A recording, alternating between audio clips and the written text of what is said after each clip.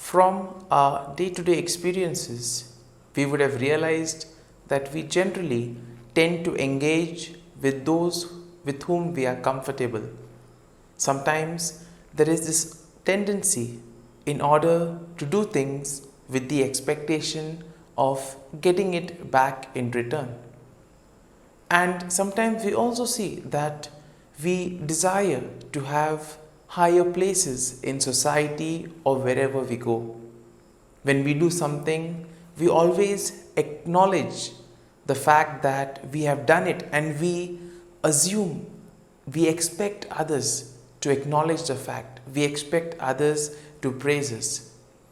And in this way, we see that today's gospel value and the first reading will tell us that we are doing exactly the opposite of what is expected of us.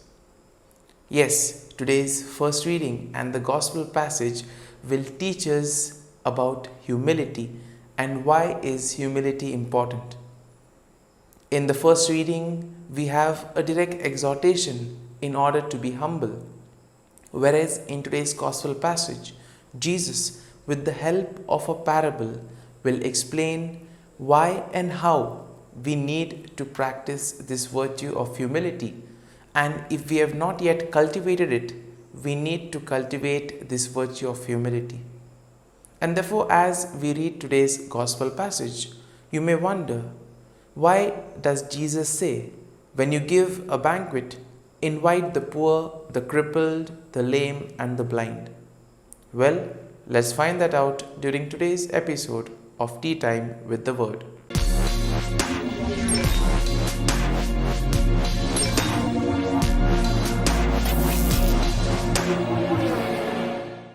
But before we can begin our reflection, let us take a look at the readings for the 22nd Sunday in Ordinary Time.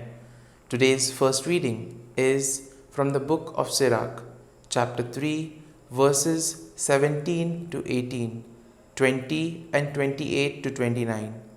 The second reading is from the letter to the Hebrews, chapter 12, verses 18 to 19 and 22 to 24a.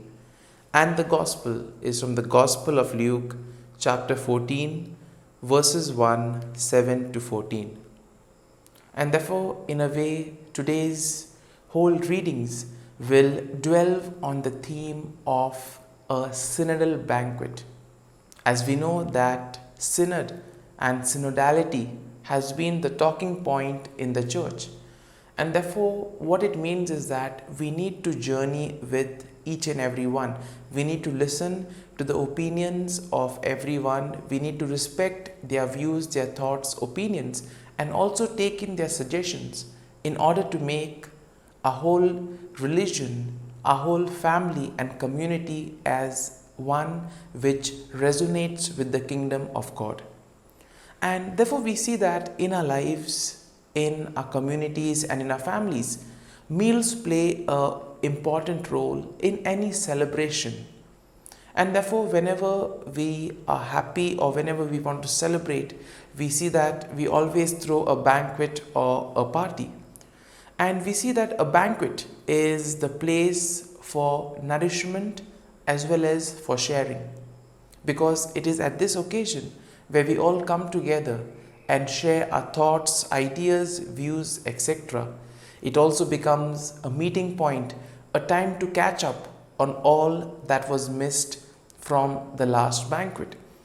And in this way, it is the place to meet all our old and also make new friends. It also enables us to share news, views, and strengthen our social relationships with one another. So these are all the positive aspects that you can find when we have a social gathering as such. But we see that a banquet or a dinner can also be a place where chaos arises due to different and contradicting opinions that are expressed on various matters discussed. We all know that as humans, we tend to be unique and tend to have a variety of opinions. And because of this, we see sometimes we may get into an argument because we disagree with the opinions of the other. But in this way, we see most of the time we end up stressing upon our own opinions rather than listening to the opinions of the others. And when this happens, we see that the others then tend to lose interest. This is basically one of the major reasons why the church has decided to take this step to include everyone, to listen to everyone, because the church is of everyone, it comprises of everyone, and it is for everyone. And therefore, listening to its family members is very important. And when it comes to the banquet or a wedding feast, generally the tendency is to invite dignitaries, relatives, and friends from our own backgrounds according to our status, and most importantly, with whom we feel comfortable. And therefore, we see that this is one of the commonality that is there in society. It is a kind of a normal practice. And in contrast with this commonality, today's gospel passage invites us to do the opposite. So, in other words, we are called to be humble and also to include everyone in our circle, not to only reserve it for those of our own status or for those with whom we feel comfortable.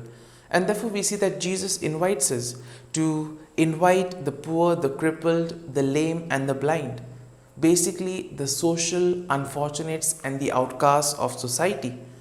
And for this, we need to cultivate the virtue of humility and hospitality, because only once we cultivate these virtues, only then we will be able to invite them and accept them into our fold. Now, when we analyze today's first reading, we see that the virtue of humility is very much stressed, because it is said that the humility of a person is much more than that of a person who gives free gifts. So if you're humble, people will feel comfortable with you. People will be able to gel well with you. And this is what we desire in life. In order to be welcomed, in order to make the other person comfortable, we need to be humble. Secondly, in today's gospel passage, we hear the parable wherein Jesus says that when you go to a banquet or a wedding feast, do not take the highest positions. In other words, he invites us to be humble.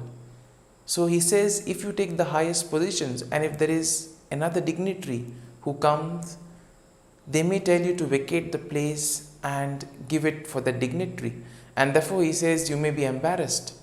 But if you take the last place, you will be then told to go in front. And in this way, commonsensically, we can see that this is something which generally happens in our day-to-day lives. So, if we are able to practice humility in small things, then it will not be difficult for us to practice it whenever it is needed. The second and the most important aspect of today's gospel passage is that Jesus invites us to involve everyone, not only those with whom we feel comfortable. And therefore, this is basically the theme of the synodal year. Include everyone, listen to everyone. Because sometimes we may be only attached to those of our status, those with whom we feel comfortable. But Jesus says no, you need to accept everyone. And it is only when you reach out to those unfortunates, then you are able to practice humility. And therefore, as we reflect on today's readings, as we prepare ourselves in order to help Jesus in building the kingdom of God, let us pray that we may cultivate this virtue of humility so that all our actions may be humble and that we may be able to practice this virtue of humility together with all our efforts and thus help in building the kingdom of God. Amen.